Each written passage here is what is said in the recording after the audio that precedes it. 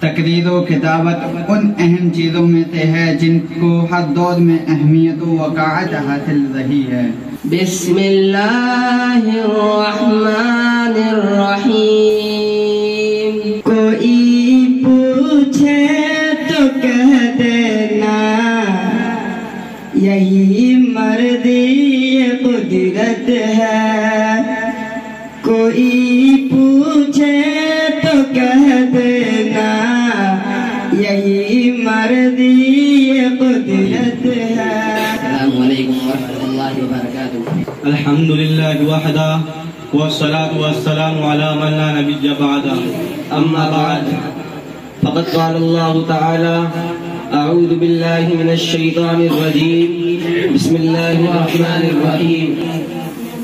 ولا تقولوا لمن يقتل في سبيل الله أموات بل أحياء ولكن لا تشعرون، صدق الله العظيم۔ وقال النبي صلى الله عليه وسلم أفضل الصيام بعد رمضان شهر الله المحرم، أو كما عليه الصلاة والسلام۔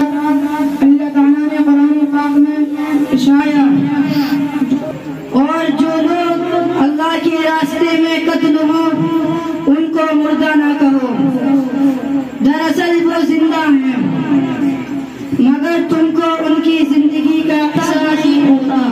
اور نبی پاک صلی اللہ علیہ وسلم نے ارشاد فرمایا رمضان کے بعد سب سے افضل روزہ اللہ کے مہینے من کا روزہ ہے۔